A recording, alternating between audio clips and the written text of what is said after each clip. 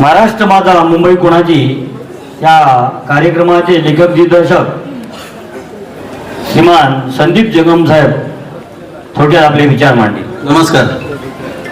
जय महाराष्ट्र. जय महाराष्ट्र. महाराष्ट्र माझा मुंबई कुणाची हा मुंबई कुणाची याच्यासमोर प्रश्नचिन्ह नाहीये.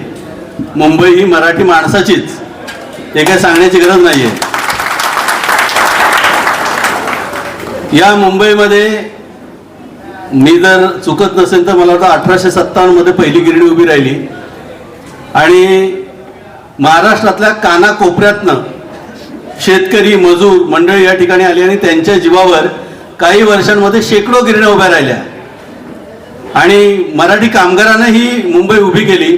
संयुक्त महाराष्ट्राचा लढा आपल्या आजच्या पिढीला माहिती आहे, पण याच्या पुढच्या पिढींना फक्त हुतात्मा स्मारक आणि त्याच्या मागचा इतिहास काय हेच आपल्या लोकांना माहिती नाही. एक शेतकरी आणि कामगार आणि त्याने मिळून पकडलेली मशाल अशा पद्धतीचं हुतात्मा स्मारक हे चिन्ह आहे.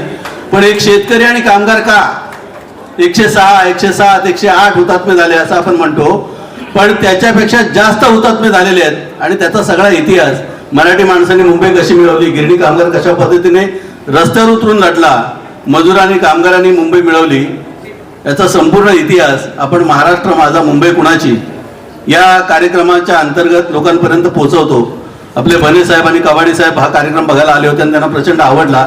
ते म्हणाले आपण आपल्या लोकांपर्यंत हा विचार पोहोचवूया. तर त्यासाठी लवकरच या कार्यक्रमाचं आयोजन केलं जाणार आहे.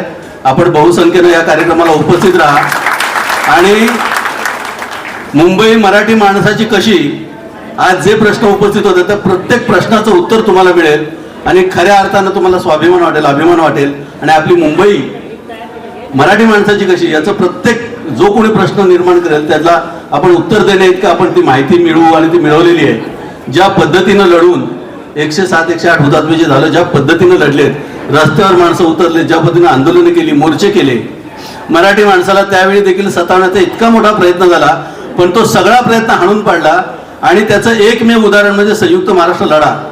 मराठी माणूस आपण म्हणतो की एकजूट येत नाही, एकजूट येत नाही.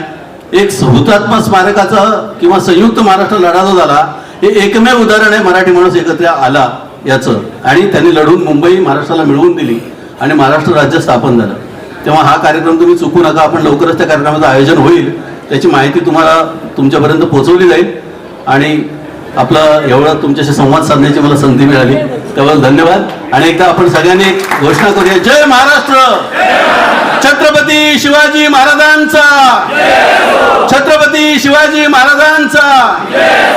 धन्यवाद.